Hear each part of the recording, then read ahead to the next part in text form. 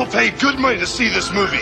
When they go out to a theater, they want cold sodas, hot popcorn, and no monsters in the projection booth. Everyone pretend podcasting isn't boring. Turn it off. Turn it off.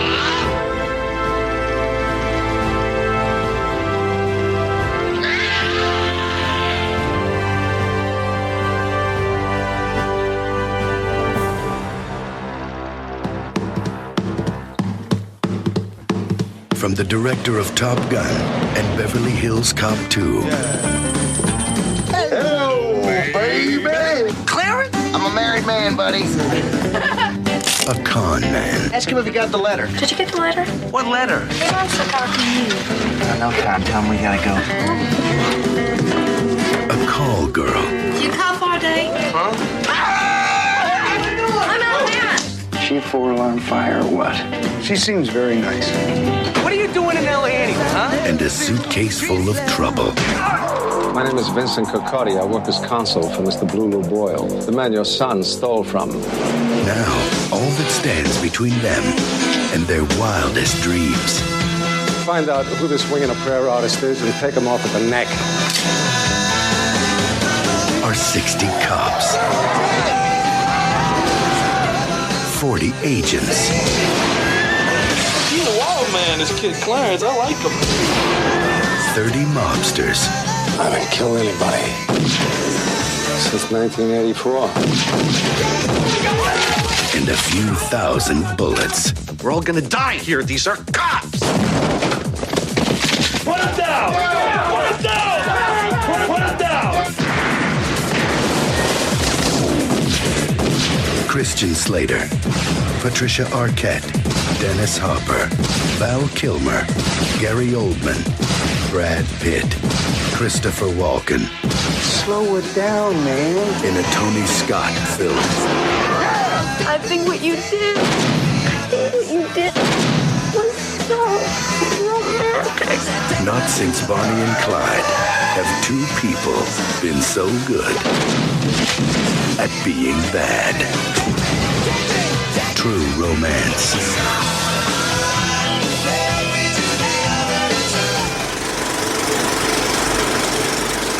Welcome to the Projection Booth. I'm your host, Mike White. Joining me once again is Mr. Andrew Rausch.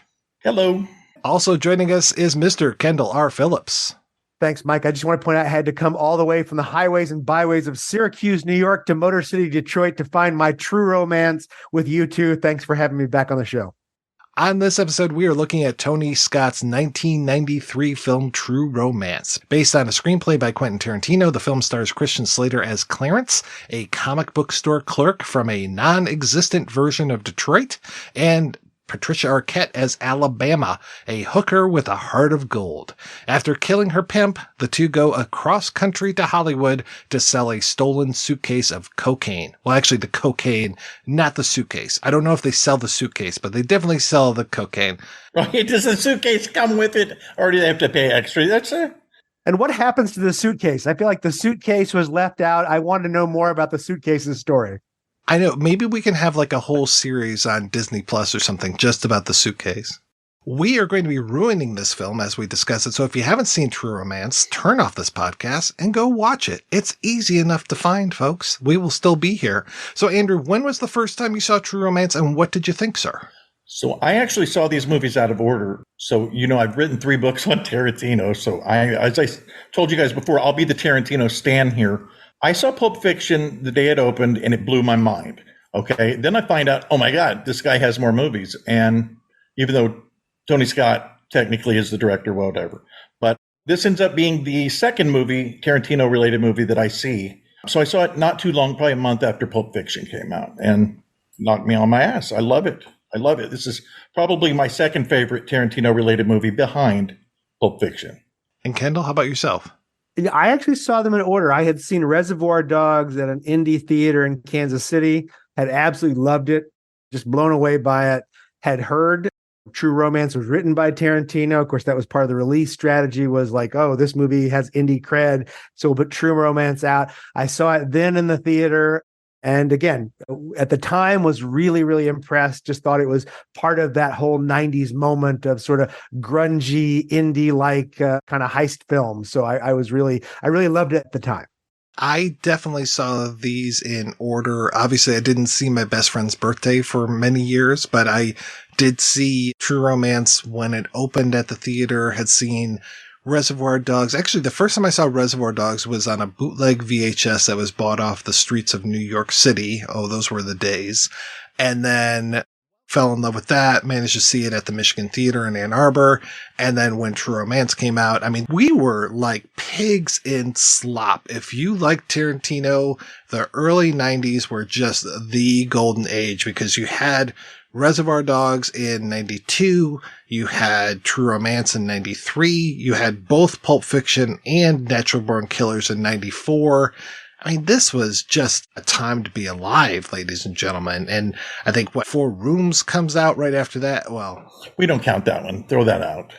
I know now when he says that he's going to stop after 10 movies, I'm like, are you counting My Best Friend's Birthday? Are you counting Four Rooms? Like, yeah, but whatever. He has his own math. He can't spell. He can't add. That's okay. We love him anyway. But yeah, I really enjoyed True Romance when I saw it the first time. And I remember I read the screenplay for it because it used to be a thing that you could find screenplays for his stuff relatively easily until the big court case came down a few years ago. Before that, you could read these beforehand, and I'm pretty sure I read True Romance before I saw it, and I think I read the version. I don't even think I read the version that's all out of order. I think I read, because there are at least two versions of the script that are in chronological order, but I think the original earliest draft of it was out of order and hiding from the audience what happened with Clarence and Alabama and how they meet and the murder of Drexel. You kind of pick up with Drexel at the beginning. Yeah, you get Clarence and that poor woman who just plays prostitutes and everything. She was kind of a streetwalker in The Crow, or at least maybe not a woman of good moral standing, and definitely was a prostitute in Unforgiven. And here she is hanging out at this bar. I don't think she's a call girl in this one, but she's definitely not interested in Elvis in this one either. So who needs her? So the original draft of the script, even before that, is called The Open Road, which is after the Kerouac book. Now, and that had Natural Born Killers and True Romance together as one story, which sounds insane. And I've never seen that version, but it was confirmed for me by a lot of his friends. I did get to talk to him, but we had a lot of other things to talk about. We did not get to that. But that one just sounds bizarre to me, but I think it's a screenwriter finding his legs, and that's the story of True Romance, but Clarence is also a screenwriter. So he's writing the script that is Natural Born Killers along the way, which explains why we have the parallels between True Romance and Natural Born Killers. And, he's always talked about he has his real world movies, and then he has his movie world movies, which are, these slick versions. And so, obviously Clarence and Alabama are the real world characters. And then Natural Born Killers characters are the movie characters. Yeah, he does tell an interesting story, Tarantino, on the one of the commentary tracks for True Romance, where he talked about how he would try to write screenplays and he would get 30 pages in and then either think of a better idea, a different idea, or for whatever reason, it would just kind of die on the vine. And it really took that Open Road for him to be able to get past that. And I think he said he ended up with some 500-page book at this point. It had to be like a Tolstoy novel, And where's HBO? Come on, option that original script. This could be a whole 10 seasons like The Sopranos. Come on. Yeah, I'm not sure how well the timeline changes the original version. I'm not sure how well that plays. We'll talk about that in the second half of the show because there is a fan edit out there of as close to that as you're going to get. That's probably not exactly what that screenplay was like, but we can definitely talk about that. But for this, this is an interesting case. This was, like I said, he had just made Reservoir Dogs. He's putting together Pulp Fiction. And actually before that, because Tony Scott had read both Reservoir Dogs and True Romance, depending on who you ask. He read them both on a plane, or he just read them or he got past Reservoir Dogs and said, I want to do this. And then Tarantino's like, no, that one's mine. You can direct this one. So he's giving Tony Scott his scraps, basically. Did you guys know that William Lustig was supposed to direct this at one point? When Samuel Hadida had the rights to this, it was supposed to be Bill Lustig that was going to direct it. And so when Tarantino approached the producer, Bill Unger, about it, he left all that out. So he shows it to him, he gets excited, and he goes, but there's a catch. Once they're interested, and he's like, someone else has optioned it, and it's this guy Samuel Hadida, this French producer. So then they had to finagle that out of his hands to make the movie, smartly duplicitous in a way, because it's obviously a step up in quality. But I mean, could you imagine what that would have been like? That would have been really gritty. I was just writing today about Maniac, and Maniac is like ridiculously gritty. This could have been really fun in that way. I don't think you would have had, Bebop, Balua, or whatever, these songs that they have. You're not going to see that in a Bill Lustig movie, but. So much of the mythos around True Romance is Quentin Tarantino, which fair enough, not critical of that. But sometimes I think Tony Scott's place in this gets lost. And this is to me, it's a very pivotal movie in terms of moving Scott towards the kind of the Man on Fire, the latter part of his career from the Top Gun Beverly Hills Cops. So I feel like this is a pivotal moment, not just for Tarantino as a screenwriter and his place in pop culture, but also for Tony Scott as kind of developing his kind of cinematic aesthetic style. And I wish he'd have stayed a little bit more with this. I really was a big fan of Tony Scott. When he first passed away, I had gotten a deal to write a book about him, and I ended up backing out. But those last films, the quick editing just goes to this place where, some of those are difficult to watch. His Taking of Pelham 123 remake, there are things that are flashing by the screen and chopped up. You could almost have just what would be a static shot of somebody edited into 7 pieces. I mean, it's almost ridiculous, but Tony Scott, I think, in some ways was at the height of his powers here. Yeah, I felt that way about Unstoppable. I watched that recently and found exactly that, just the rapid pace of the one scene, but the multiple camera takes just was disorienting. Or Deja Vu, or what's the one about the female bounty hunter? I mean, they were... Oh, Domino. There was a streak of those. I don't think Domino would have been possible had not Natural Born Killers come along. Just the style that Oliver Stone puts into what he's doing with... I don't like either one of them, so I'll tell you now. Because I think that they both try so hard, this artsy thing. They're neat as art in a way. They're not fun to watch. I don't know, maybe Domino in some ways, but maybe Natural Born Killers in some ways. But my God, there's so many different styles at play in Natural Born Killers that it's like a student film gone berserk. So it's a little like a stew that someone put too many ingredients in. You say, you should have stopped when it was beef stew. We didn't need the chicken and the lobster and everything else. Like, you just put a little too much into it.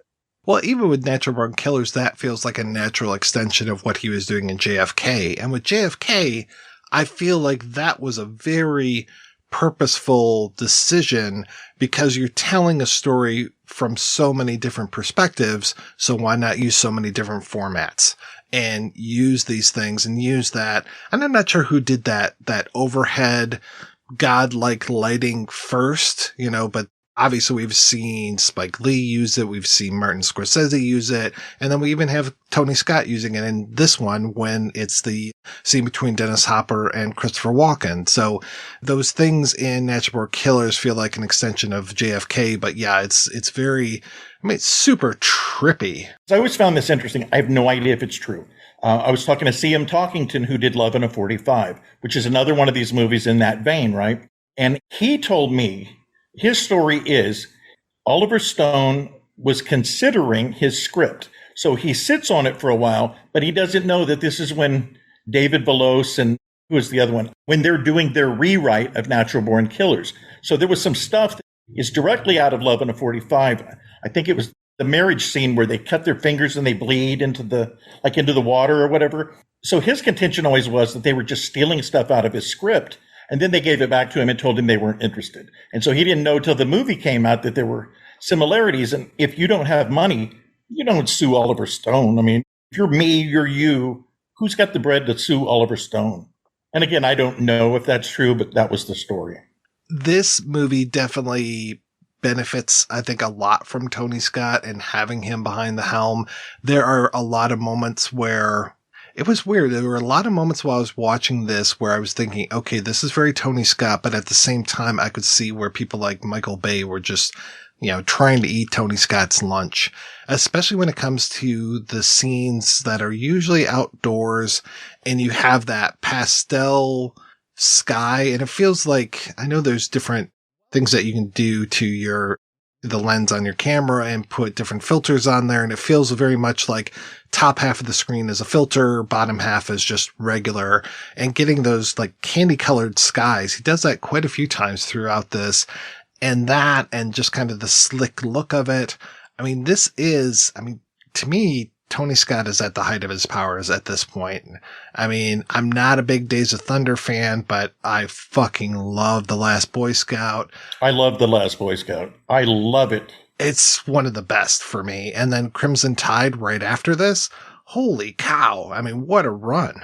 They hired Tarantino to do some rewrites for Crimson Tide. And Bill Unger told me that, same producer, that up until the very last minute, when they're absolutely about to shoot, Tarantino still hadn't done his rewrites. And so he said he kept calling him. He wasn't calling back. Tarantino's somewhere overseas. And he calls and he says, his quote was, "The whole world is going to fall on my head." This was Bill Unger, because he said, I got you this job. Everything's going to fall on me. Denzel and all these people that are pay for play. There were several actors that were considering backing out because they wanted the Tarantino rewrite. And so Tarantino says, he ends up calling in the middle of the night. Bill Unger's asleep, and he calls and he says, "I've got it." Or he says he leaves it on his answering machine, this long message. He's like, "I've got it. I've figured it out. I've got it in my head." And he delivers this really long monologue. It's Tarantino. Of course, there's going to be some monologues, but he delivers this long monologue onto his answering machine, and he says, "I got it." And so I guess they lock him in a hotel room for like 3 days, and he does the whole rewrite, which I think is kind of interesting. But he goes to the last minute and terrifies the shit out of everyone. The whole thing about Portuguese stallions, the Lipizzaner stallions. The Lipizzaner stallions, yeah. Jesus Christ, that's the most Tarantino dialogue in there. And then isn't there also a mentions of the Silver Surfer in that movie as well? There is, yeah. Yeah, that one definitely felt like it. Speaking of horses, did you ever see those Lipizzaner stallions? What? From Portugal. The Lipizzaner stallions. Most highly trained horses in the world. They're all white. Yes, sir. Yes, sir. You're aware they're all white, or yes, sir? You've seen them? Yes, sir, I've seen them. Yes, sir, I'm aware that they're all white. They're not from Portugal, they're from Spain. And at birth, they're not white. They're black. Sir. I didn't know that. But they are from Portugal. I was surprised there wasn't more product stuff in there at the time, or more pop culture, but because that was at the point where, he was writing a lot of pop culture stuff. Well, and that was new for movies. I mean, this was all fresh and new stuff. So hearing Clarence talk about, once again, we go into the West, blah, blah, blah, the whole thing from... There's a scene from Bullet, just right. All of it, Yeah. Or what I'm trying to think of is the opening to The Lone Ranger, just all of these things. Yeah. And then you get to hear these echoes of things that are in other Tarantino properties, like, when Drexel says everything from a diddle-eyed Joe to a damned if I know. And I'm just like, that's such a Tarantinoism. There's a version of that in one of the other scripts too. I think it was an early version of Natural Born Killers, but that's in that also, if I got the right script. One of the early ones. Well, it's fun too, because there's so many actors and actresses, well, mostly actors, because there's very few women in this movie. I can think of maybe 4, maybe, off the top of my head.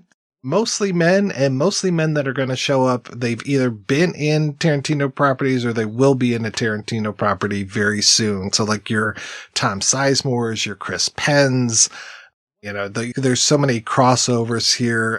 Brad Pitt shows up. Sam Jackson, of course, is in here. I mean, there's just a ton of these folks that you're going to see in one movie and then show up again. Or, you know, of course, when I'm watching this the first time, I'm super thrilled because here's Alabama. And we got that mention of Alabama being a good little thief in Reservoir Dogs. So I don't think that that was really intended to be the same character.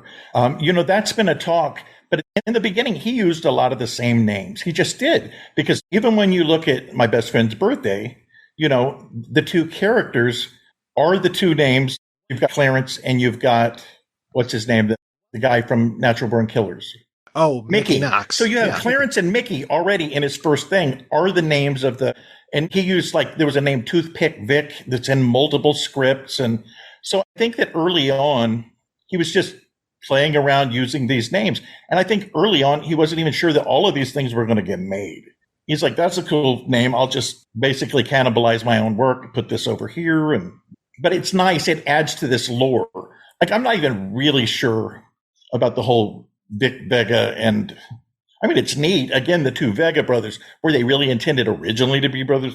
I don't think so, because Michael Madsen was originally supposed to be, he wrote it for Madsen. So Madsen would have played both characters. So would he have been his brother? I don't know. Could have been twins.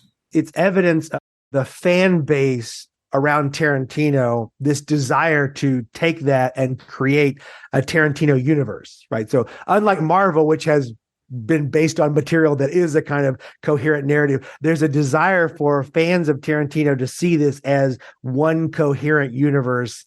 And that's just proof of how much he's become a center of pop culture gravity. Probably the average person may forget that Tony Scott directed this. They may forget, you know, other folks who are involved in this, but it is a Tarantino film. And that just shows how central he's become as kind of part of New Hollywood or the modern Hollywood. Yeah, that whole idea of this being this shared universe, I'm surprised that there was a mention of Chesterfield cigarettes. Had this come out a few years later, he would have been smoking red apples. Oh, definitely. Yeah. Well, and I think that he's played into it now, because why wouldn't you? You know, so he's played into it in the same way that I think J.K. Rowling has done this, where you go back and you rewrite things now. You rewrite history. So I'm trying to remember the name of the Saul Rubinek's lawyer character. But Saul Rubinek's character in this, now he says that was the grandson of Brad Pitt's character in, or one of the characters in Inglourious Bastards. Sorry, I don't get it right, because I didn't really pay attention to it, because I didn't really believe it. But he said it himself, and I get that. Why not play into that if that's what people want? Yeah, there's a Donowitz in both movies, so why aren't they related? Lee Donowitz, yeah. I always figured Lee Donowitz was a stand-in for Joel Silver. Yeah, he so strikes me as that. They said a lot of that was Tony Scott's idea to really play him after Joel Silver. So he's sitting there and he's watching the dailies. And I think that was added because I think Bill Unger said he was with Tony Scott, or Tony Scott told him he had a meeting with Joel Silver at one time. And Joel Silver was just sitting there watching these dailies the whole time that he was trying to have a conversation with him. It feels like Lee Donowitz is like the nicer version of Joel Silver. Not to say that Joel Silver is a jerk or anything, but it just feels like I would like to sit down with Lee Donowitz and just have a nice conversation. He seems like such a nice person. And I don't think we're supposed to get that. We park our cars in the same garage, Clarence. I know I'm jumping around here, but it's just, there's a lot of stuff to talk about with this one. I mean, a few months ago, we talked, Andy, about My Best Friend's Birthday, and I highly recommend that people check out that episode. But and my book. and of course, your book. This is not the Rosetta Stone of Tarantino like we had talked about with My Best Friend's Birthday, but there are a lot of things in here where you're just like, oh, this is going to lead to that, and this is going to lead to that, or just like weird coincidences, like Lee Donowitz watching those dailies. Are there any feet in True Romance? I don't remember any. Think so? I don't think so. But again, Scott is, directed it. And I mean, a lot of those are directorial decisions to throw some of those feet in there. Directorial decision that I found the most interesting is that they had Hans Zimmer recreate the theme from Badlands. Gassenhauer by Carl Orff.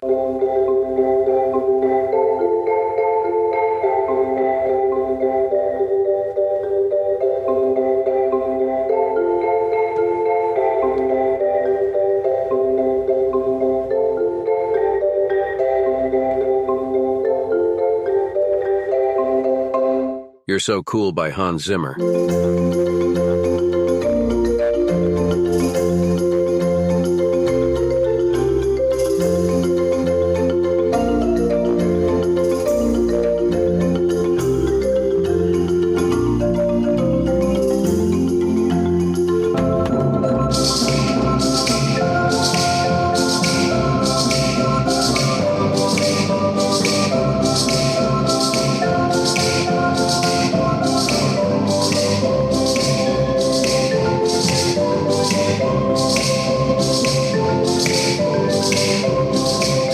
And Tony Scott intended that. He told me, yes, it's supposed to mirror Badlands the same way that in his mind, Enemy of the State was a sequel to the Conversation.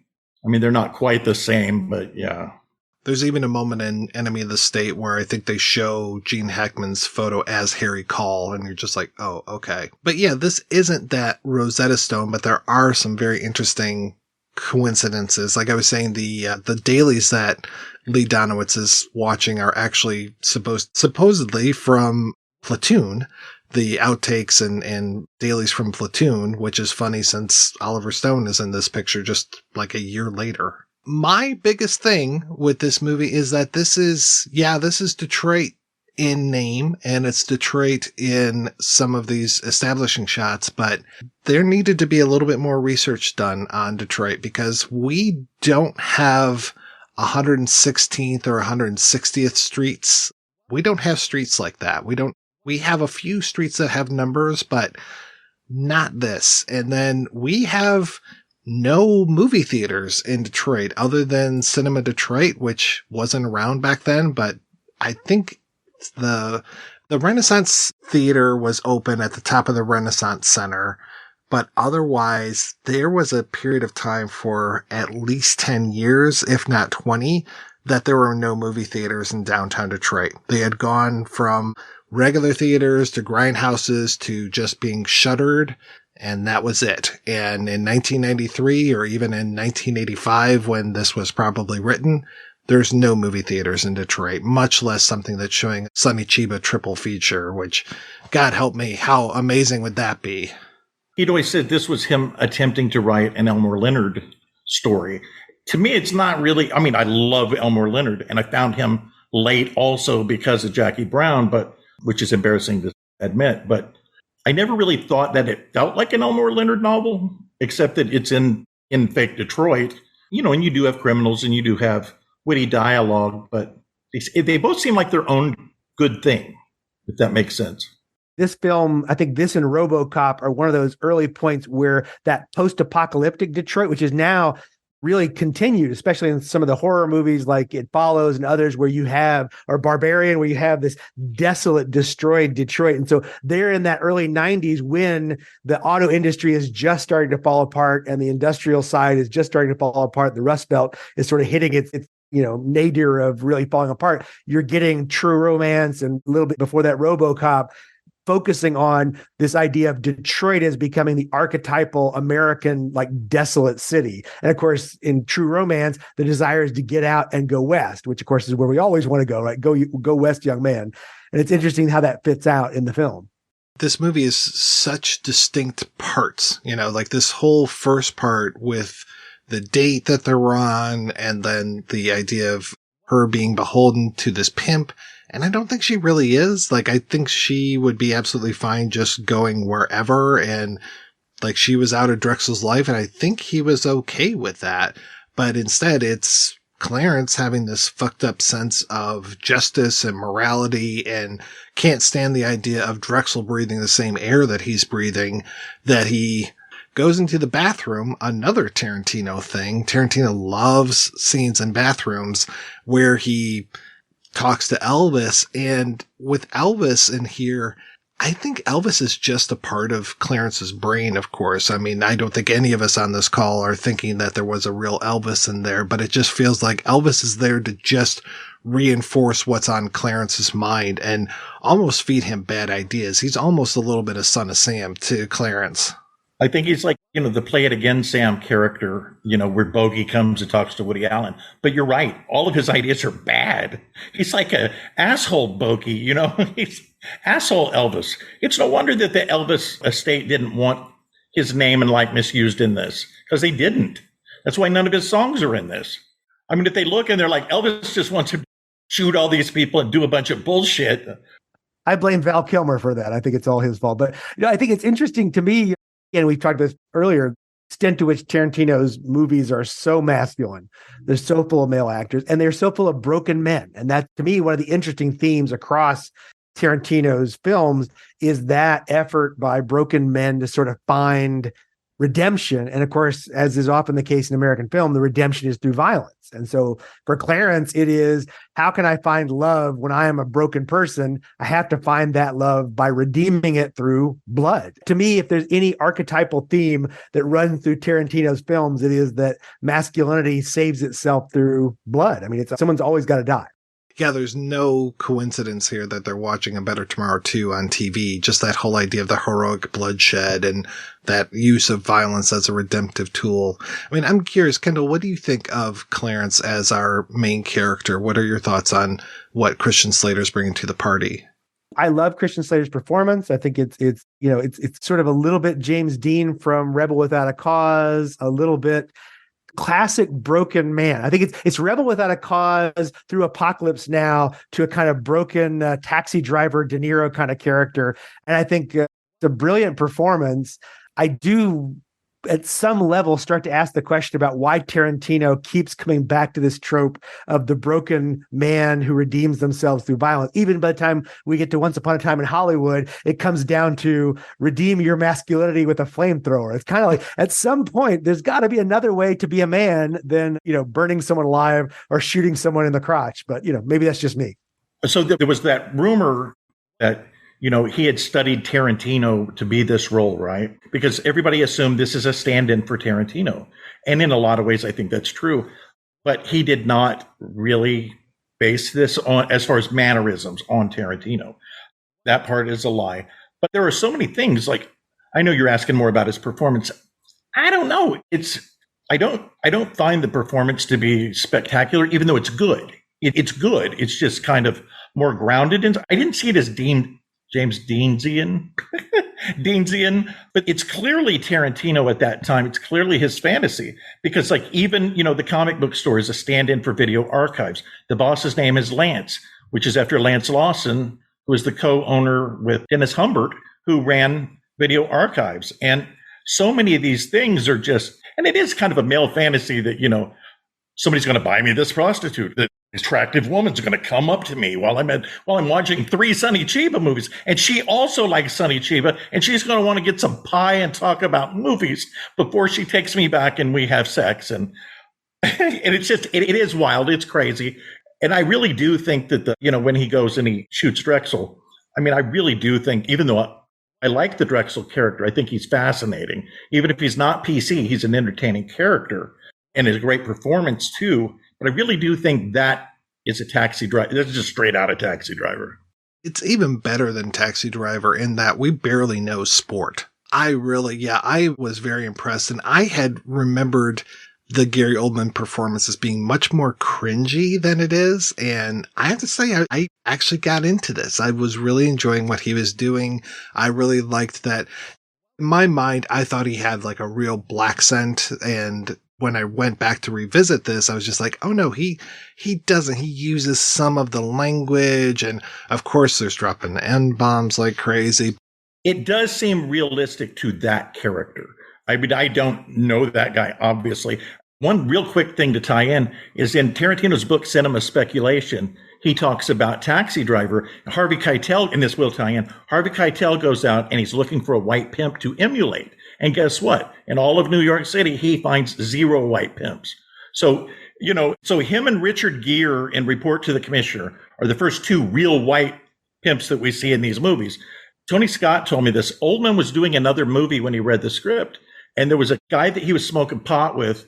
I think he was smoking pot. I don't remember. But he was like, this is the guy. Like, the way this guy acts, he's the guy. And so he sort of emulated him to become Drexel, which is interesting. I'd love to meet that guy and just see, the similarities.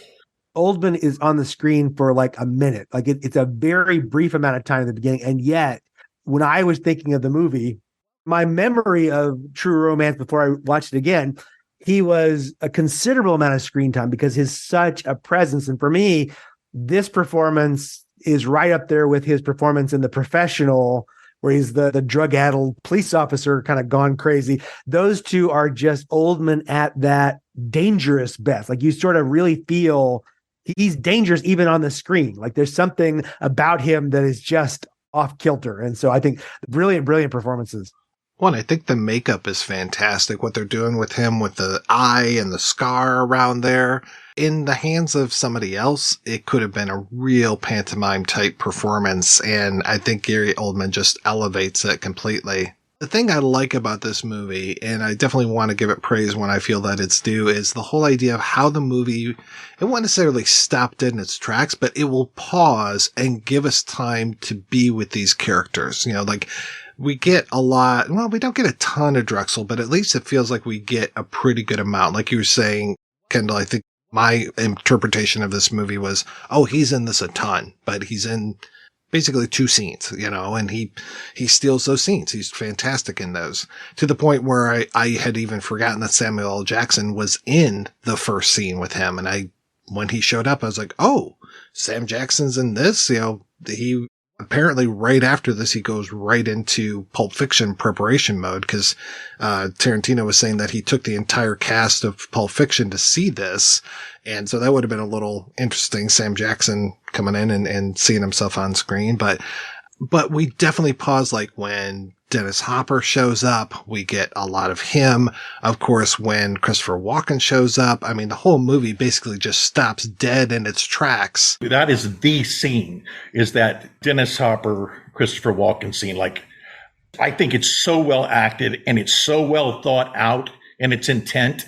And those performances are just, wow.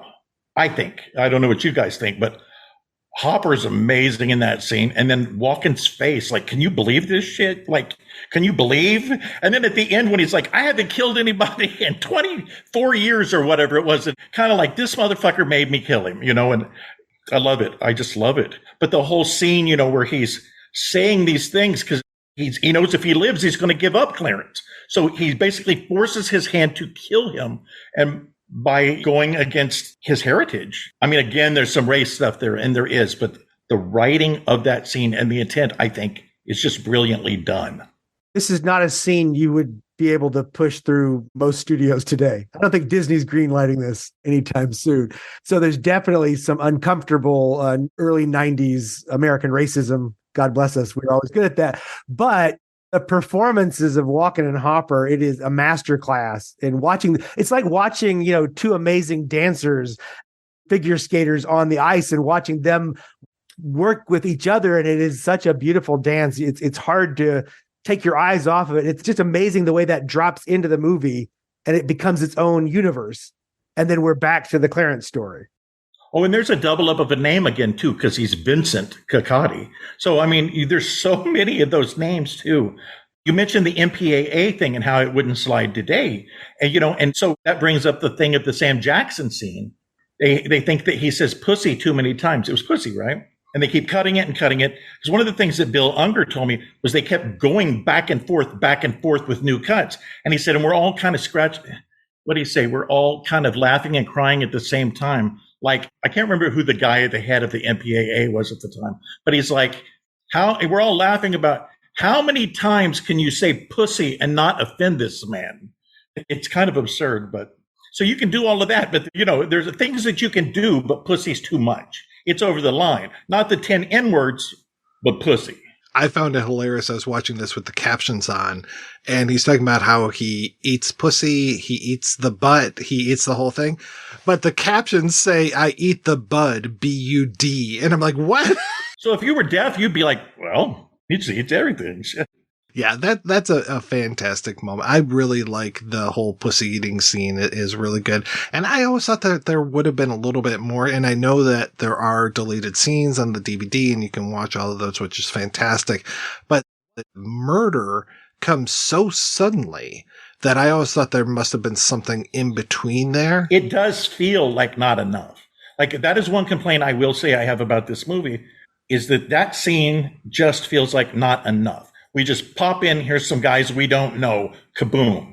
Because he just takes that shotgun. He's like, well, there's this, and then there's you, kaboom. And I'm like, okay, give it another couple years, and that would be he would be telling a joke.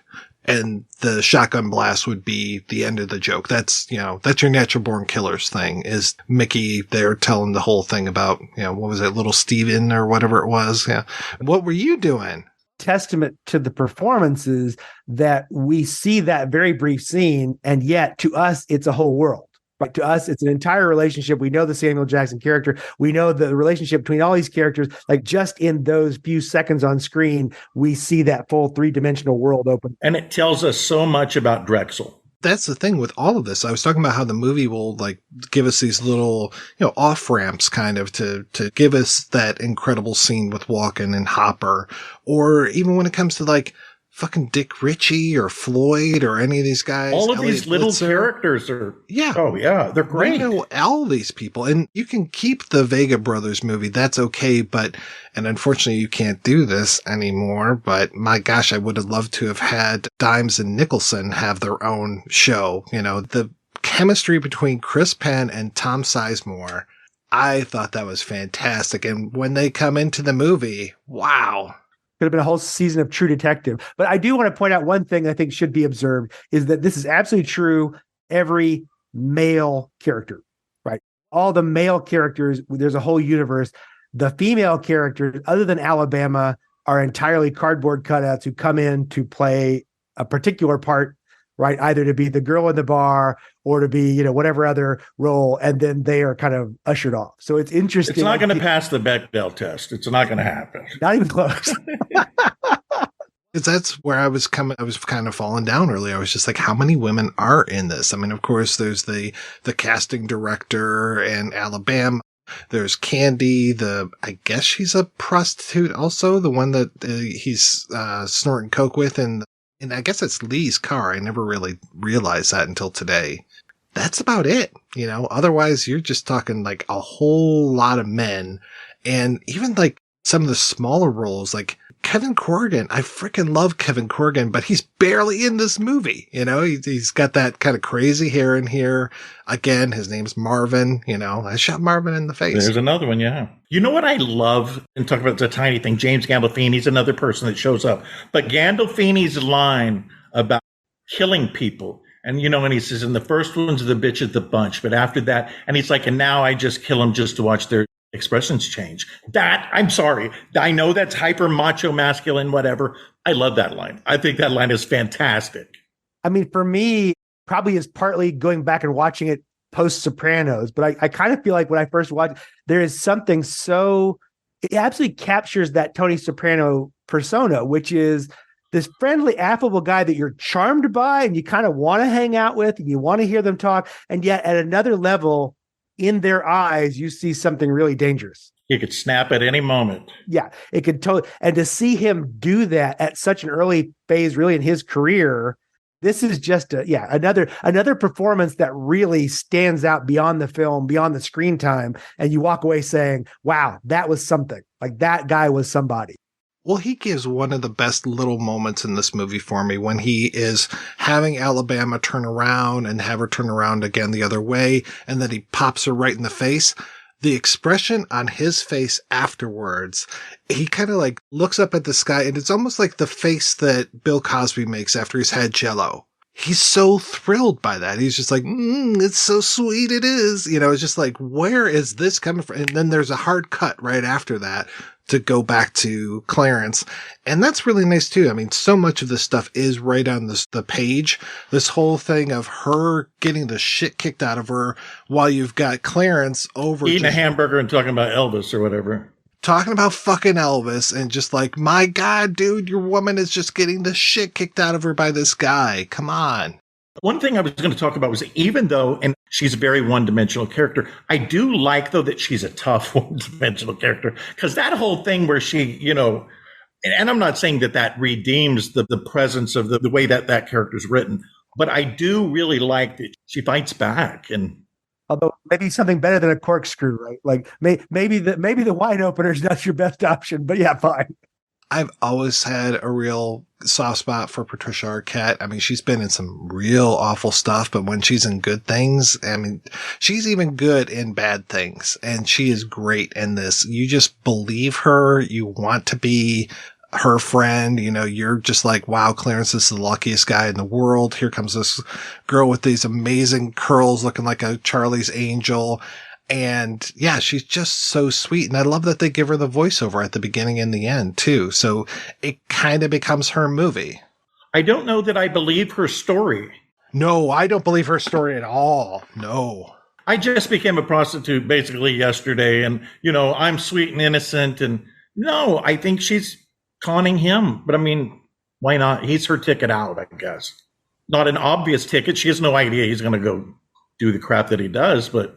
Well, there is a moment in one of those early drafts where Drexel's like, oh yeah, no, she sucked my dick and she's doing this, she's doing that. And just like talking about all the sex that he's had with her and how much power he's got over her. And I'm like, yeah, that's not a 4-day relationship. All 3 Arquette siblings appear in Tarantino work, right? I don't know. Maybe there's more that I don't know of. Well, I guess, is there another Arquette? I can't remember. But, you know, Alexis Arquette, who's gone, is the guy that everybody says looks like Seinfeld and in Pulp Fiction, comes out shooting. Patricia's in True Romance, and then Rosanna Arquette is in Pulp Fiction. I mean, it's a lot of Arquettes. A lot of Arquettes. What about David Arquette? Is he in a Tarantino film? Oh, there he is, David Arquette. I thought there's another one. There's a male. That's him. Quentin, you've got to put David in your film to complete the family trifecta there. He was too busy wrestling, so they... This movie really did help Patricia put her on the map. I mean, she had already been in stuff, but they were very smaller indie things most of the time. I remember her mostly from Prayer of the Roller Boys, which is one of my favorite. I don't ever use the term guilty pleasure, but like that movie's pretty darn bad and I know it, but I still enjoy it. Of course, she had been in Nightmare on Elm Street 3 and a few other things, but this really helped her out, I felt. Put her in some other things, such as the amazing movie Holy Matrimony, where she goes amongst the Amish and gets married to a little boy. So, yeah, good times. I can't remember the name of the guy's name that wrote the book about Tony Scott. Seems like maybe Scott Bradley, something like that. I can't remember. But he was supposed to write an essay I got an essay book on Tarantino coming out. And he posited that it would have been a lesser movie if Tarantino had directed it. My only point was that the soundtrack would have been a whole hell of a lot better. But I'm curious to see what you guys think as far as would it have been much different? What would it be like? I mean, would it be bad? I think both versions would have been good. I really like it as it stands. So I kind of hate to imagine it changing too much. But we know the ending would be different because Tarantino never wanted Clarence to live. In the script, Clarence lives Clarence dies, and in the movie, and Roger Avery comes in and writes that scene for the ending. But other than that, we don't know. What do you guys think? There would have been so many stylistic differences. Like I said, you know, Tony Scott was very much about the style. Sometimes the slit. Yeah, sometimes to his fault. I mean, things like Drexel falling into the fish tank in slow motion, or all the feathers and coke and all those things flying around through the air. But I think the feathers thing, because, you know, that the whole John Woo kind of thing, I think, you know, the ballet, you know, violence or whatever, I think Tarantino was totally into that. I don't remember if it's in the script. He'd have totally done that. But, you know, if he'd have thought about it, I don't know. But you're right about the stylistic things for sure. It always seems to be Tony Scott I think his background was as a painter, and so it did always feel like he was creating. Each sort of shot was kind of a visual palette for us to sort of absorb. And I'm not sure that Tarantino is that kind of director.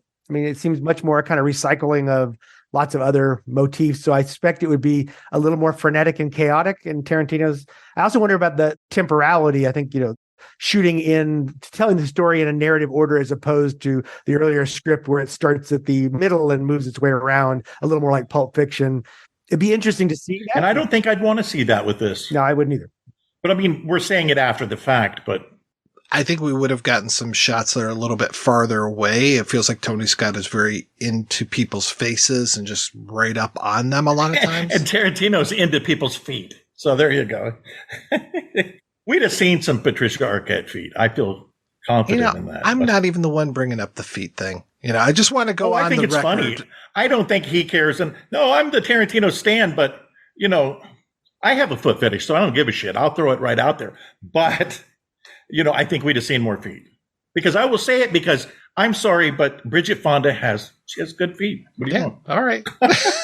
I have no comment on this, Mike. I just want to be clear.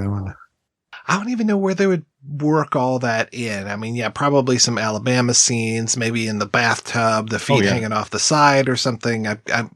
In the car, yeah, maybe. Definitely in the car. Put those, especially if they're nice and filthy. Or hanging out the window like in... Yeah, or filthy and pressed up against the window. I don't understand the filthy feet, though. I don't understand. Man, oh man. I don't want to see dirty anything. But Margot Robbie, get your filthy feet off the frickin' seats in the theater. If it's Margot Robbie, I might make an exception. I'll suck those dirty toes. But otherwise, not dirty. Going to reiterate, no comment. I just want to be clear. I have no comment on this conversation. Well, I have one other thing I was gonna throw out, which is going back and watching this again reminded me of the connections I had made at the time, which were to some earlier films that felt very much in conversation, but were clearly, different filmmakers. One was Wild at Heart, the David Lynch film that felt, and then the other was a little bit earlier, the film Straight to Hell, which was a very indie Joe Strummer, a very early Courtney Love. And in retrospect, looking back, I realized how much I associated True Romance, particularly with Wild at Heart, even almost more than I did later Tarantino films. Like it felt like that particular moment, late 80s, early 90s, was just a kind of moment for that kind of film. And so I guess I'm putting out there if other people saw that relationship between the David Lynch film and the Tony Scott film.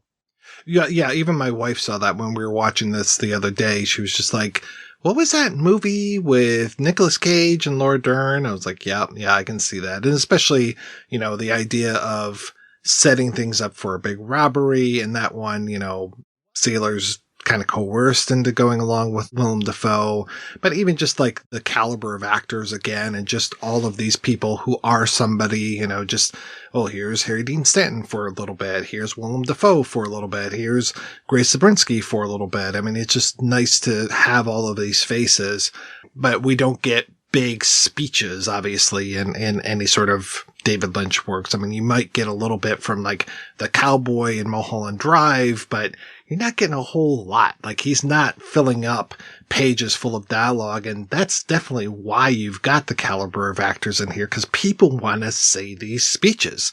Actors love this stuff. They love having these speeches that they can just sink their teeth into and give you some great performances out of them. Even though I love Tarantino's movies, I don't know that I would want this changed because the actors are so on point. You'd have ended up with a different cast. I doubt you'd have ended up with a Bronson Pinchot.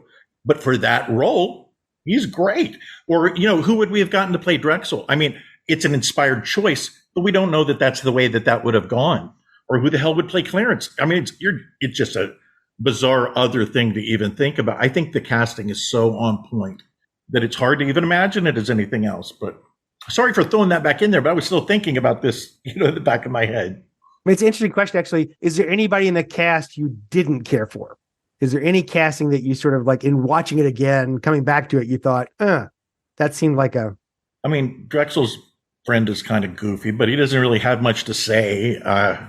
There are a couple little moments in here where I'm just like, I'm not exactly sure what you're going for, because I can't remember if it's Victor Argo or somebody else, the guy who doesn't speak English, and he comes in and he's asking like, hey, what's Christopher Walken talking about? And it's like, I think it's like, oh, that we come from black people or something like that. And I'm just like, that doesn't really work. And there's a few times where he comes in and he's just like, I'm going to speak Italian, and speaks Italian, and then that's it. And I'm like, okay.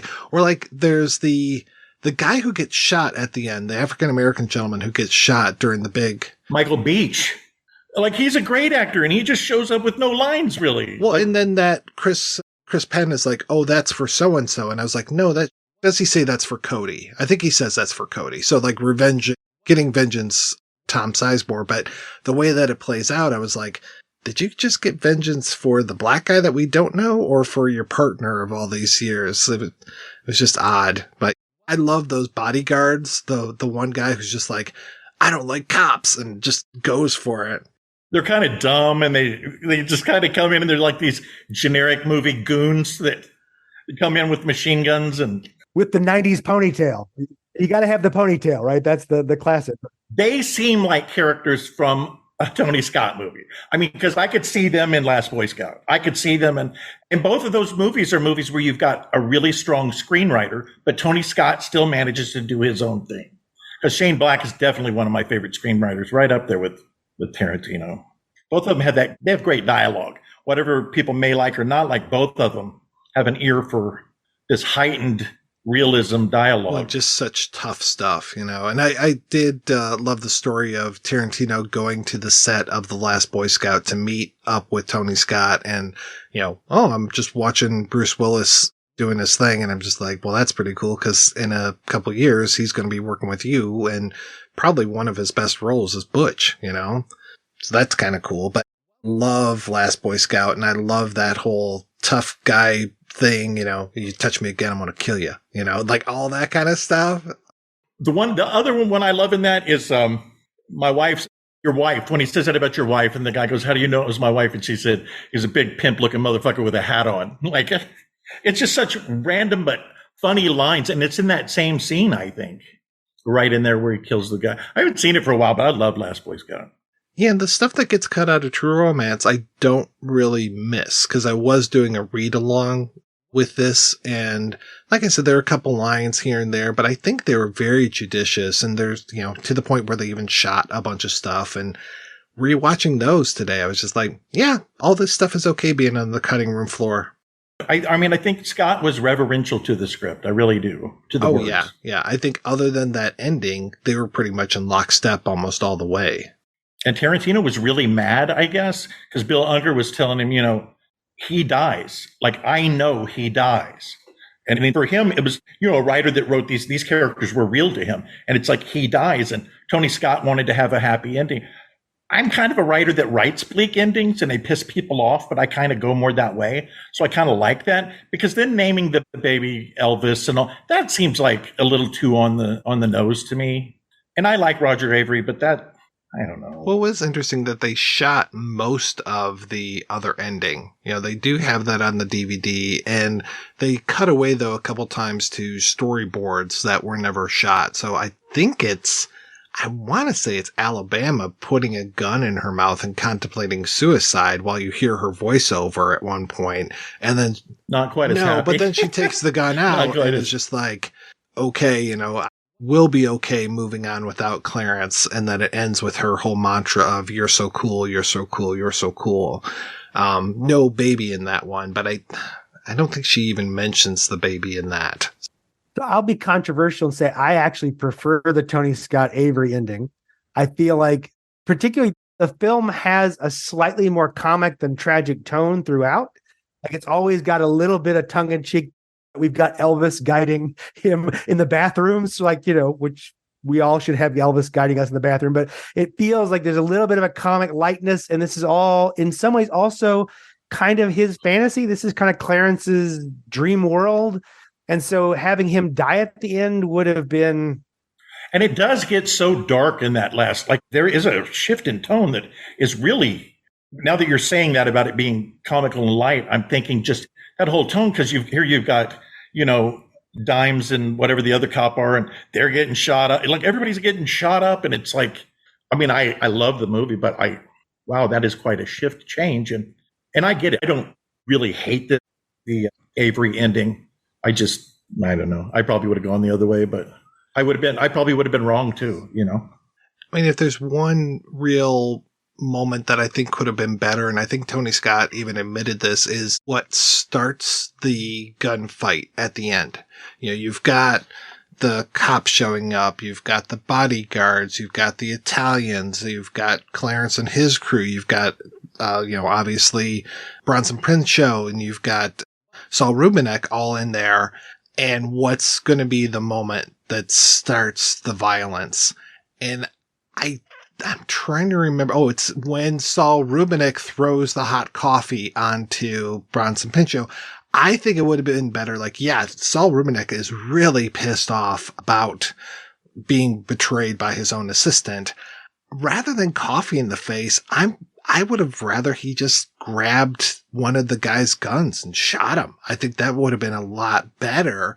I don't know if that would have been as true to Saul Rubinick's character, but the coffee isn't enough for me. Like, I want a loud noise to start all of that stuff. I want it to be almost like a firing pistol, or like even just if one of the Italian guys moved back against a bookcase and a vase fell off, and as soon as that vase falls, the shooting starts. Something a little bit better than that coffee. And maybe that was just like a Big Heat homage, but I'm not sure. The Tony Scott Top Gun thing that Tarantino and Roger Avery had come up with prior to this, about how all of Top Gun is basically a story about Tom Cruise's sexuality. You know what one of the greatest fucking scripts ever written in the history of Hollywood is? What? Top Gun. Oh, come on. Top Gun is fucking great. What is Top Gun? You think it's a story about a bunch of fighter pilots? Yeah, it's about a bunch of guys waving their dicks around. It is a story about a man's struggle with his own homosexuality. That's it. That is what Top Gun is about, man. You've got Maverick, all right? He's on the edge, man. He's right on the fucking line, all right? And you've got Iceman and all his crew. Right. They're gay. They represent the gay man, right. All right? And they're saying, go the gay way, go the gay way. He could go both ways. What about Kelly McGillis? Right? Kelly McGillis, she's heterosexuality. She's saying, no.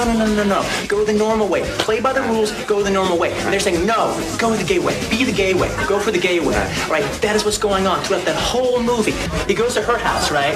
All right? It looks like they're going to have sex. You know, they're just kind of sitting back. He's taking a shower and everything. They don't have sex. He gets on the motorcycle, drives away. She's like, what the fuck? What the fuck is going on here? Right. Next scene you see her. She's in the elevator. She is dressed like a guy. She's got the cap on. She's got the aviator glasses. She's wearing the same jacket that the Iceman wears. She is, okay, this is how I got to get this guy. This guy's going towards the gay way. So I got to bring him back. I got to bring him back from the gay way. So I'm going to do that through subterfuge. I'm going to dress like a man. All right? That is how she approaches it. Right. Okay. But the real ending of the movie is when they fight the Migs at the end. All right? Because he has passed over into the gay way. They are this gay fighting fucking force. All right? And they're beating the Russians. The gays are beating the Russians. All right? And it's over and they fucking land. And Iceman's been trying to get Maverick the entire time. Finally, he's got him. All right? And what is the last fucking line that they have together? They're all hugging and kissing and happy with each other. And Ice comes up to Maverick and he says, man, you can ride my tail anytime. And what does Maverick say? Maverick, you can ride my sword fight! Sword fight! Sword fight! Fucking it, man! You know, there was a longer version that Avery had written with him. And this is going to be my brag moment, but I was at Roger Avery's house and he got the laser disc out. So this kind of tells you when this was, but he gets the laser disc out and we go through the whole movie. He's fast forwarding some scenes, but he's telling me the whole in depth. And I couldn't tell you today what it was to save my life, but there was so much more in depth.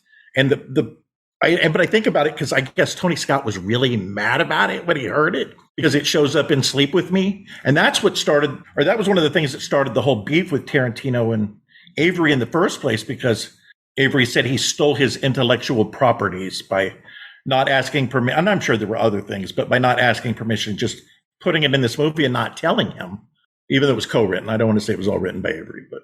Yeah, and I had forgotten about the connection between Val Kilmer and Tony Scott, and then Val Kilmer showing up again in this as Elvis, and then of course, and both as rock stars. Oh no, that was Oliver Stone, I guess. Well, and then Val Kilmer even showing up basically as Elvis in Top Secret, so just kind of reprising his role from that, which was great. Yeah, when I started off to do this episode, I wasn't going. My plan was not to come in here and just trash this movie like crazy. There are some things that I like, some things that I'm not a big fan of. I've talked about most of those. I think, you were talking about the music earlier. If there's one other thing that I'm not a big fan of is a lot of the music. I mean, the whole Aerosmith song, I'm just not a fan of that song. And when that shows up and it's so freaking loud, I'm just like, okay.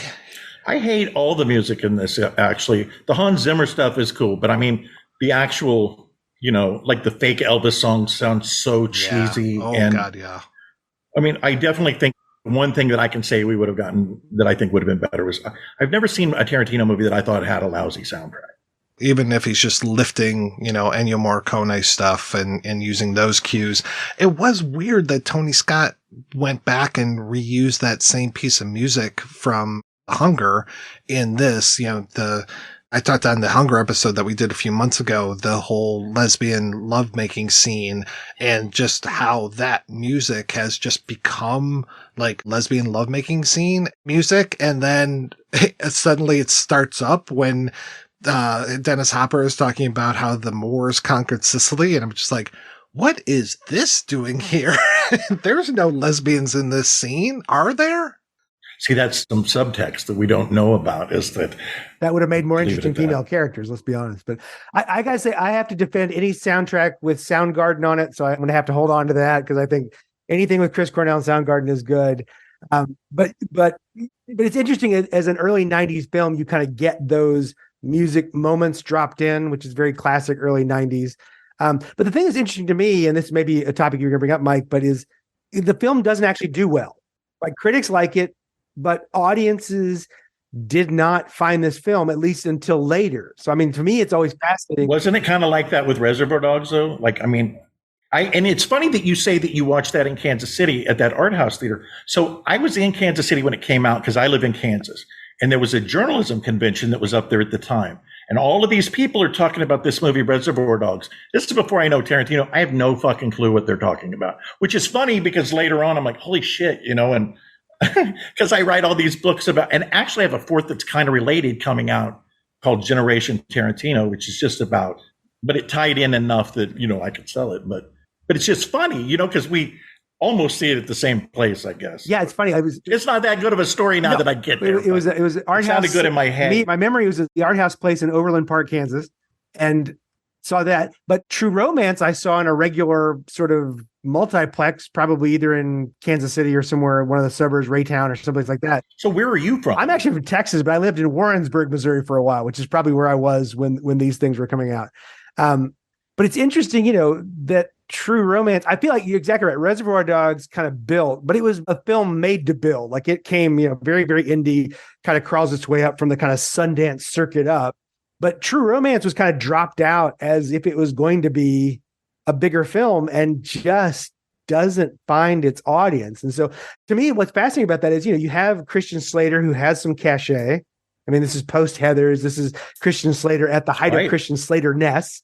Tarantino's at least got indie buzz. Tony Scott is coming off of like Top Gun. And, from the director of Top Gun. Come on. Because and then audiences get there and they go, this isn't Top Gun. I don't see a jet anywhere. Where's, from the neck down, right? Yes. I guess they wouldn't even know. So it's interesting to me is like, how does a film like this that now we look back, to me, I look back on and think is very quintessential early 90s. Like, yeah, that was what was happening in cinema. I mean, probably Andy, you talk about this. Like, if you want to boil down that era, this is one of those films that would be a defining film of the era. And yet audiences in that year did not show up.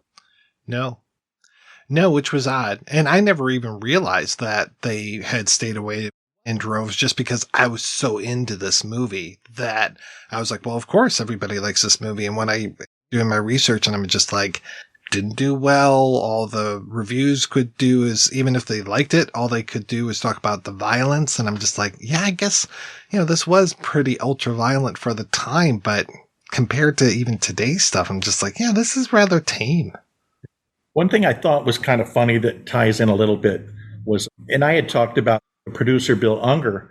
I did have the pleasure of interviewing him and Scott and Tarantino and all these people at different times. But Unger, I got to talk to for a long time. And one of the things that Unger was telling me was that Reservoir Dogs, when the treatment had come through his office, and when his reader had read it, they bashed the shit out of it. So, and that was kind of universal. So when Unger talks to Tarantino, he's like, they're talking about Reservoir Dogs. And he's like, where is this? Blah, blah, blah. And so he goes and he digs it out and he reads it. And at one time I had a copy of it. It's just trashes it from beginning to end because it was different. It wasn't, but it also was not mainstream. I mean, True Romance is more mainstream than Reservoir Dogs, and True Romance still isn't super mainstream. But I thought that was interesting, and Unger was shocked. Well, it is weird how these paved the way for Pulp Fiction, because Pulp Fiction was so unconventional compared to anything else that was going on out there. Of course, we've seen Fractured Timelines before, but that really put it on the map. That was like showing at your local multiplex, and I'm just like, okay. And yeah, the use of the soundtrack, the amazing actors, everything that was going on with that. Like, yeah, do I have problems with Pulp Fiction? Sure. Yeah, heck yeah, I do. Do I watch it all the time? No, not really. Of all the Tarantino movies, I just pretty much stick with Reservoir Dogs, because really past Pulp Fiction, none of them stick with me. I'm just like, yeah, I'm okay if I never see Kill Bill again. See, I've gotten to the point, I know it's the kind of hipster cool thing or whatever now to say Jackie Brown is but I have fallen in love with Jackie Brown, because when it came out in Christmas of 97, I went and I saw it, and was it 97? And I thought, what the fuck is this at the time? Because I, like a lot of people, I wanted it to be sort of Pulp Fiction 2. I wanted it to be the same things, but Jackie Brown is so subtle in it just is. It's this laid back, much more mature movie. I do wonder, if that movie had done better, if we'd have seen more movies like that, as opposed to Kill Bill, which goes way up over the top. And again, I have no problem with that, but I do wonder if we'd have seen more movies in that vein, because it's much more Elmore Leonard or what we associate with Elmore Leonard than what we associate generally with Tarantino. I was okay with Jackie Brown, except for the Fractured Timeline at the end. I was just like, this is completely unnecessary. You've been the split screen. You've been doing this linear the entire time. We don't need this non-linear nonsense at the end here. Personally, I wish Tarantino had stopped after Reservoir Dogs. I think that culture would have been better off. Honestly, I'm sorry to say that. I feel like that was good.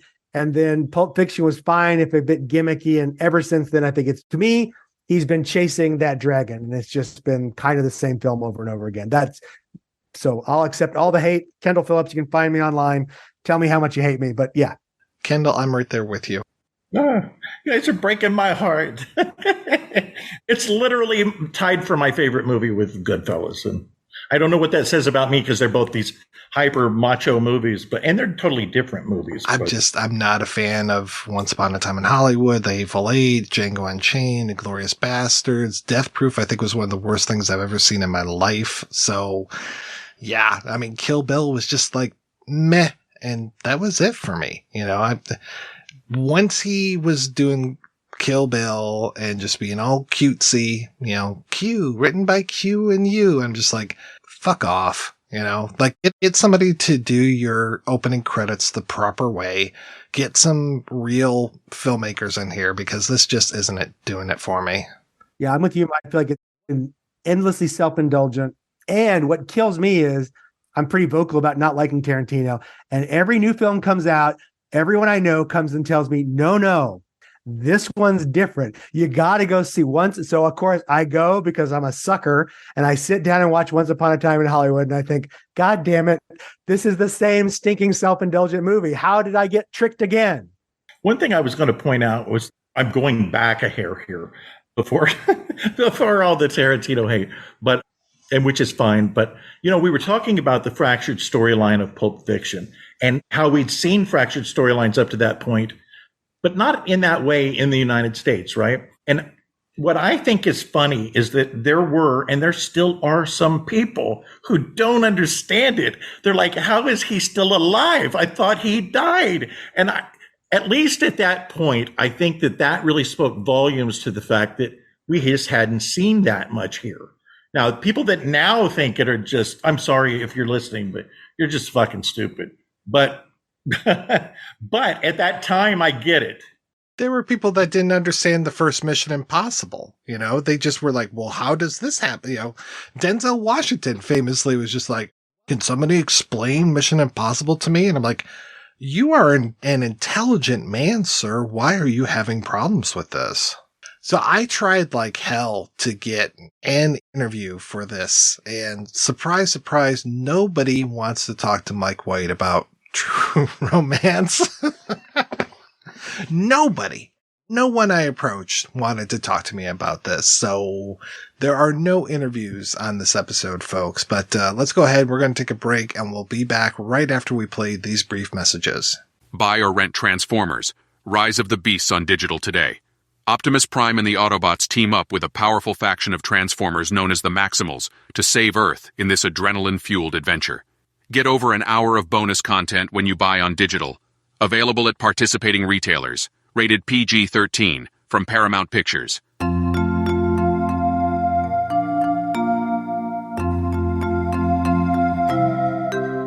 All right, we are back, and we were talking about True Romance. And I mentioned earlier there is a fan edit of this where you can actually see it more closely to that Tarantino timeline. And I did try watching that today, but it's big chunks. You know, you've got this chunk, this chunk, this chunk, and they're just in different order. And being so familiar, I think, Kendall, you said this earlier, I'm so familiar with what I've seen before that I can't really divorce myself from it and come at it with new, fresh eyes. I probably should have watched the fan edit first, just because the last time I had seen True Romance was probably 96 or something like that. I've never actually watched, because I don't really desire to watch it. I'd had people tell me about it, of course, but does it say like chapter 1 or 2 it gives you the titles, and it says Motor City. And then I can't remember what the next one is, but yeah, that's very true too. Even the revised screenplays would have titles of, you know, where they're at type of thing. So the first chapter starts and it's Motor City, but it doesn't say chapter 1 Motor City. Yeah, it's not as obnoxious as his later films. And I know he was even doing that in Reservoir Dogs, and just, you know, here's this, you know, and it works for me in Reservoir Dogs. Everything, just about everything for me works in Reservoir Dogs.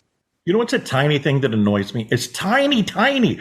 I don't know why it annoys me, but it always annoys me when I watch Reservoir Dogs, is we have that long scene down the hall where we're watching Harvey Keitel in the bathroom, right? And he holds the lighter up 3 inches in front of the cigarette. He doesn't really light it, but it's pretended like he is. And then he's acting like, but we can see it's not lit and there's no smoke. And I'm sure that's, look, again, I'm defending Tarantino. I'm sure that's some shit on Harvey Keitel. I don't know, but I think I've seen him smoke in other movies. I'm pretty sure. I mean, so I don't know. It's just weird. Like, I'm sure in Bad Lieutenant he smokes. He does everything else. The funny thing is I know exactly what you mean. And yeah. I knew you would. And yeah, it's hilarious. I've always been like, was Harvey Keitel trying to quit smoking at this point? Like, what's going on here? You know, it was a low budget. They couldn't afford a whole pack of cigarettes. Right. So they had to keep that one. We should preserve the cigarette. Maybe it was a continuity thing, though, that, well, no, there's no cut. So, I don't know. It was funny because last week we talked about Pretty Poison, and which predates Badlands, but there's a lot of similar things in there. This whole idea of the Tuesday Weld character killing her own mother, and even the way that it's shot is very similar to Badlands. And it's like our two couples on the run movies 2 weeks in a row here, which is pretty hilarious to me. And yeah, just this whole idea of the couple on the run. I mean, it's such a classic, I won't even say a classic American thing, because they're obviously, you know, as soon as I say that, I think of Breathless. So I think of French films immediately. But yeah, just this idea of the couple on the run, trying to get out, trying to get some money. I mean, really, when you think about it, this whole film could be based on Steve Miller Group's Take the Money and Run. You know, it's pretty similar. Yeah, it feels very much an homage to that film noir era, and then the sort of French New Wave that kind of reformats that and makes it younger and more exciting. And so it does feel like, and that's, I think, part of why this film, again, when I think back to the early 90s, I would pick this as a film that stands in for that moment, because it is in the midst of that kind of revival of the, I guess, kind of neo-noir moment where you get, you know, young couple on the run in a world full of bad guys, and then they have to, you know, learn the ways of the street. And that was, to me, that's kind of Tarantino, right? I mean, that's the thing. It's like you got to learn the lessons of the street to survive the streets. Well, it's funny because the movie that Oldman was on right before this was Romeo is Bleeding, which was another great neo-noir. And that one was, I mean, the femme fatale in that, Lena Olin, was just off the chain. She was just amazingly bad to the point where she like cuts off her own fucking arm to spite Gary Oldman. I mean, I could be wrong on that. I haven't seen it since 92, but I feel like I really need to revisit that movie. You know, one thing I will say about the movie that is going to sound a little negative, and I almost wrote an essay about it in my my book, Pulp Cinema, that's coming out this next year. But again, I like to, kind of stay pro Tarantino. But this one, I do think that it's kind of like an incel fantasy. One thing, the editor wouldn't go for it because he said incels are only online or whatever. I think we've kind of moved beyond that with the definition because people, talk about, again, the lonely men, the lonely man. Maybe he's kind of sexist, the way that he looks at women, definitely. And so I think that we really could see Clarence as, I was going to write an essay about it because I really do think that, because, I mean, people were worried about Joker and all these things. And, but I think that this is sort of an early incel fantasy because everything caters to him and you can't have a woman without her being hot, right? Like even when you have this woman that's, even when she's bloody, the blood is in just perfect places for her to be sexy and, that kind of thing. And she has nice feet, let's not forget. But I think the other thing, I mean, to me, totally agree. I think that's part of what really jars about this movie now is it is such a kind of incel masculine fantasy wedded with that peck and paw violence as redemption, violence as masculinity. So it is Clarence's decision to move to a level of violence that makes him a man, that gets him his happy ending, but also creates a really disturbing vision of American masculinity that I suppose is kind of on the news every day these days. So, well, at least Clarence didn't go to church or Walmart or something and shoot everybody up. It was really sad to listen to Tarantino's commentary on the DVD because he's just like, I was 25, didn't have a girlfriend, and I just really wanted a girlfriend. And he just keeps talking about it, just like, oh, she'd be the perfect girlfriend. And, you want a girl who's your buddy and you want to be able to watch movies with her. And I'm just like, yeah, it sounds like a really shitty time of your life. Like, I know that he had a lot of, social anxiety and social problems, but yeah, I don't tend to feel bad for Tarantino, but he just sounded like such a sad sack that I was like, all right, yeah, I guess I kind of feel bad for you. And it's all there on the screen for us to see his sad, kind of slightly pathetic fantasy of the way the world should be, But again, he's made billions of dollars, so what can I say? Another thing I will throw in real quick is that part about I'd fuck Elvis, right? Like when he's talking about if I had to fuck a guy, absolutely had to fuck a guy, I'd fuck Elvis. And what was interesting was that one of the guys that owned Video Archives, Dennis Humbert, was telling me, I'm trying to remember it specifically. It seemed like there was a guy that he played cards with or something, and Tarantino had taken some stuff that he had said and used it as dialogue. And one of them, I think, was that somewhere this I'd fuck Elvis thing came from a conversation that involved Dennis Humbert. I don't know. I mean, Dennis seemed like a little bit of a blowhard, like it could have been a made up thing. I don't know. He's gone too now. But then somebody else was telling me that there's a line that's almost the same in another older movie, but it's about, I can't remember who it's about, though. It's a different icon. There's a line in the musical Hair, which is where I assume this was from, where the army recruiter asks him, are you gay? And he says, well, I wouldn't kick Mick Jagger out of bed, but no, I'm not gay. And when I heard the Elvis line, that was my immediate association was, oh, this is a kind of riff on the I wouldn't kick Mick Jagger out of bed, which in fairness, he would, let's be honest. But, yeah, and he was copping to taking the whole thing about the Moors and the Sicilians from like a friend of his mother's, her friend or her brother, Big D, I guess his name is. And then the Sam Jackson character is named after this guy. And you can definitely tell that there was an audio edit when he says the name of his mother's friend. There's a hard clip to cut off her last name. He wasn't thinking about legalities when he was doing that commentary. And the DVD of this, like I have the Blu-ray. I definitely bought the DVD just in preparation of this because it's got so many extras on it to the point where there are, I won't say scene-specific audio commentaries, but basically you watch the movie and here's Dennis Hopper doing the commentary for all the scenes that he's in. You get Brad Pitt doing commentary. You get Michael Rappaport does commentary for probably half an hour, 45 minutes. It's like all of the Dick Ritchie stuff. And like, obviously Dick Ritchie is there in the entire last third of the movie. So he is there. And I do have to say, I'm very happy that Dick Ritchie escapes and is able to now pursue his whole acting career and going beyond the new T.J. Hooker. What's funny about that, though, is that when he goes in auditions, it's like the shittiest audition ever. Like, it's like, get him the fuck off there. He's on the hood or whatever. And it's so bad and intentionally bad. But then we're supposed to believe then he gets the part. Like, really odd to me. Yeah, I think the only person that could have acted that worse would be Tarantino himself. I am just so glad that Tarantino doesn't have a cameo in this, because that has run out of steam very quickly. I will still contend that he was very good in From Dusk Till Dawn. From Dusk Till I Dawn. haven't really cared for his performances in others, but he's very good. He's very good in From Dusk Till Dawn. I will agree with you 100%. And then you take that and compare it to that train wreck that he did in Django Unchained. Holy shit. What the fuck was that?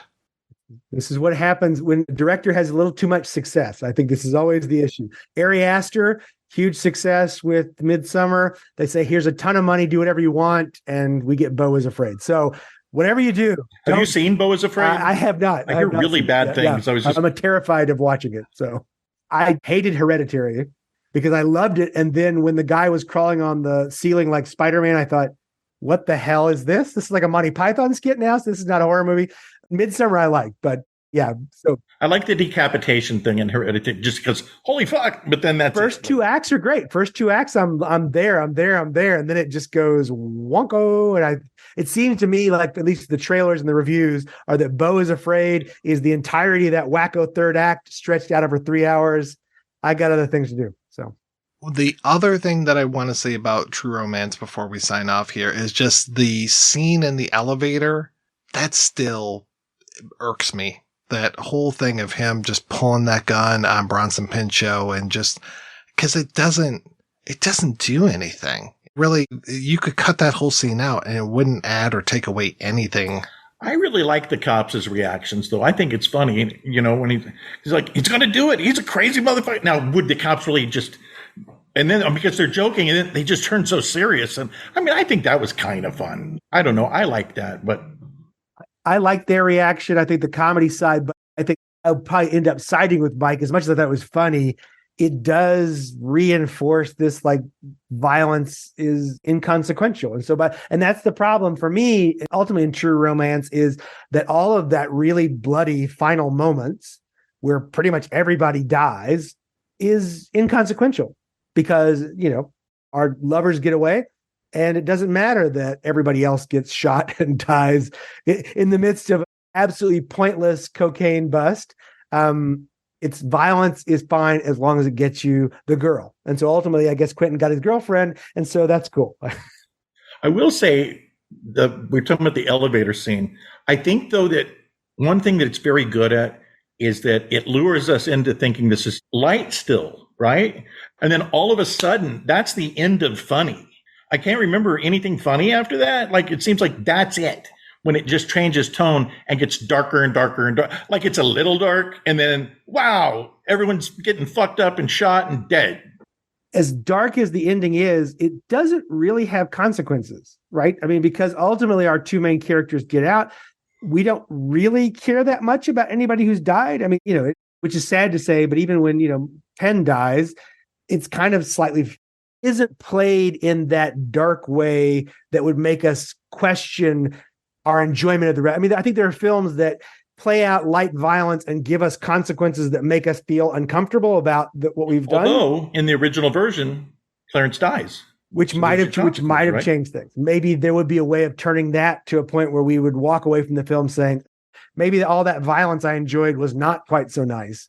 But we get our happy ending. We get our child named Elvis, and everybody walks away happy, except all the people that got shot. But all right, guys, let's go ahead and take another break and play a preview for next week's show. Hi, my name's David Byrne, and I made a movie about a bunch of people in Virgil, Texas.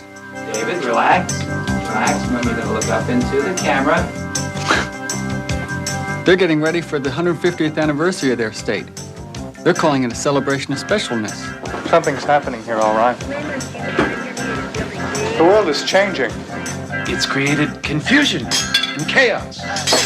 Do you run out of Kleenex, paper towels, and toilet paper at the same time? What time is it? No time to look back. I want someone to share my life. Marriage is a natural thing, and I'm a natural man. I love the women. Hey, there's more to life than this job. Hello, I'm Louis Fine, and I'm looking for matrimony with a capital M. Yep, it's fancy driving, all right. Not only driving, but parking. Bunch of maniacs out there. You know how hot dogs come 10 to a pack and buns in packs of 8 or 12? You gotta buy 9 packs to make them all match up. That's what I'm talking about.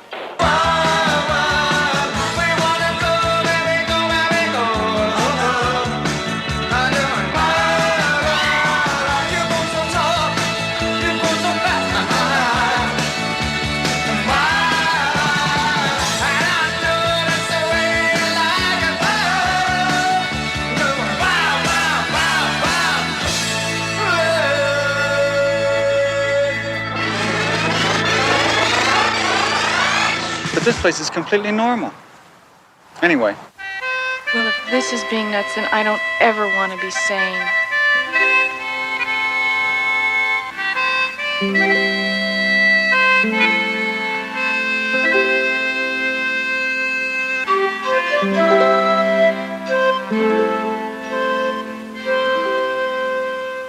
That's right, we're going from true romance to true stories. And until then, I want to thank my co-hosts, Andrew and Kendall. So, Kendall, what have you been up to lately, sir?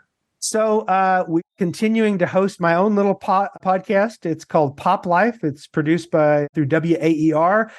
Go out through National Public Radio. We have great interviews about pop culture. So in May, we have a fabulous series called The Academy Beyond the Awards, where we're talking to some of the leaders of the Academy of Motion Picture Arts and Sciences, the director of the Academy Museum, of the Film Archive, their document archive. So if people are interested in getting behind the scenes with pop culture, check us out at Pop Life.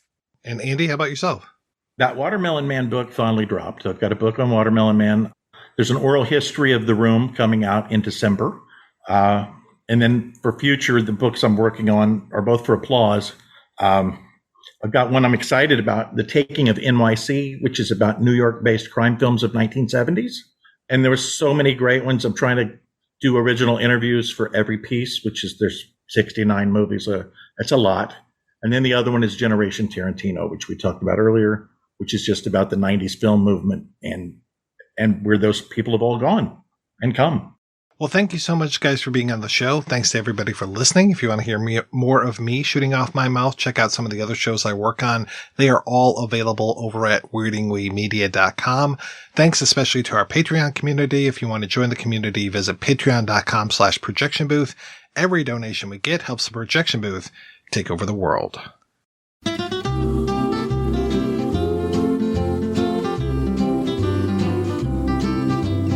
A little bit of tear let me down, spoiled my act as a clown. I had it made up not to make a frown, but a little bit of tear let me down. When you said you were leaving tomorrow, that today was our last day, I said there'd be no sorrow, that I'd laugh when you walked away. But a little bit of tear let me down, spoiled my act as a clown. I had it made up not to make a frown, but a little bit of tear let me down.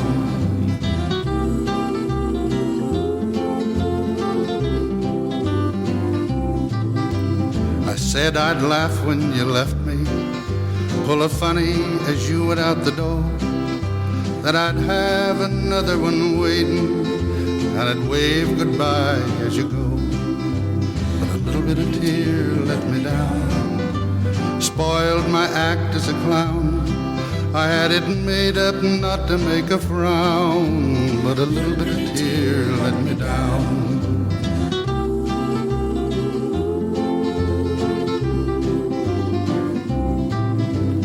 Everything went like I planned it, and I really put on quite a show. In my heart I felt I could stand it, till you walked with your grip through the door. Then a little bit of tear let me down, spoiled my act as a clown. I had it made up not to make a frown. Oh, but a little bit of tear let me down, a little bit of tear let me down.